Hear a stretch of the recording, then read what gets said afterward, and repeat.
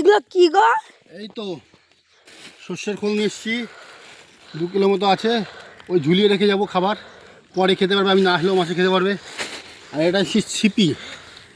ছিপি হচ্ছে উন্নত ধরনের একরকম খাবার, যেটা বিভিন্ন রকম জিনিস দিয়ে তৈরি করা হয়।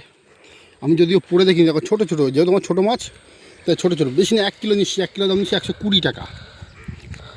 120 টাকা নিচ্ছি 1 কিলোর দাম। হ্যাঁ, বেশি দিতেও পারবো না, হেভি সেন্টেড। এই দেখো মাছ নেই তো, দেখা যায় মাছ নেই।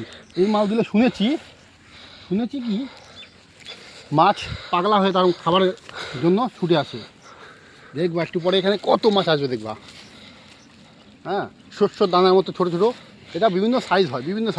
এগুলো তো রঙিন মাছকেও দেয় না? আর রঙিন মাছকে দেয়। আর যেহেতু আমি দামি মাছ অল্প দিনে বড় করতে চাই এবং বিক্রি করার উদ্দেশ্যে আমি মাছ করছি, তাই দেখো কত খাবার দিচ্ছি, দামি খাবার। এই খাবার হচ্ছে 1 কিলোর দাম 120 টাকা।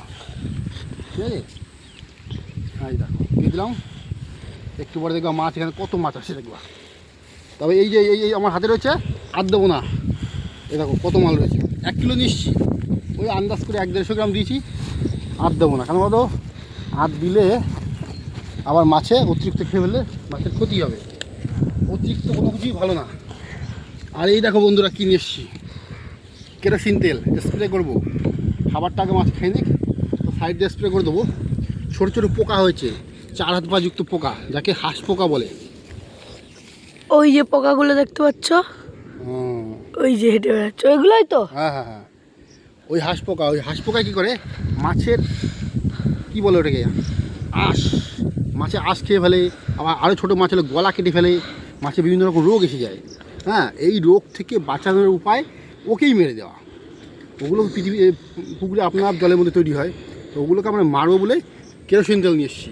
কারণ যেহেতু আমার পুকুরে বিষ দিলে আমার মাছও মারা যাবে, কেরোসিন তেল এমন একটা জিনিস যেটা দিয়ে বিভিন্ন রকম কাজ করা যায়।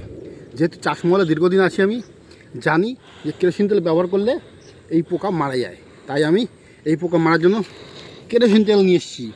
আর যেহেতু স্প্রের মাধ্যমে বিভিন্ন রকম ডিস্টেন্স অনুযায়ী আমি ছড়িয়ে দিতে পারবো, তাই কেরোসিন তেল নিয়ে এসেছি। বুঝতে পারছেন তো? কেমন লাগলো এগুলো জানে সূর্য? হ্যাঁ, এগুলো জানতে পেরে কেমন লাগলো? ভালো। দেখেছেন বন্ধুরা, আমার ছেলে সূর্যা বা সূর্য, তো ওকে কেমন নিয়ে এসেছি জানেন তো? মাঠে এই একটু আগে দেখেছেন, ও না দেখাইনি আপনাদের, ও পড়তে গেছিলো, তা পড়ার ওখান থেকে ডাইরেক্ট নিয়ে চলে এসেছি মাঠে। এখান থেকে গিয়ে আমরা দুজন খাবো, বাড়িকে ভাত খাবো। বুঝতে পারছেন? ছোটোবেলা থেকে চাষি মহলের হাতে খড়ি পড়ছে তার বাবার হাত ধরে। সুতরাং ও যে জিনিসটা শিখবে বই খাতা পড়ে, সে জিনিসটা আর কেউ শিখতে পারবে না, কারণ ও শিখবে থ্রু চাষি মহলের আসল গল্প। বুঝতে পেরেছেন? সুতরাং চাষির ছেলে পিওর চাষি হবে। ও অন্য কিছু চাকরি পেতে পারে, ভালো কিছু করতে পারে, কিন্তু চাষ ওর রক্তে মিশে যাবে, কারণ যেহেতু আমি ওকে গাইড করছি এখন থেকেই। বুঝতে পারছেন? টাটা বন্ধু, প্রথম থেকে শুরু করুন, ভালো করে কাজ করুন।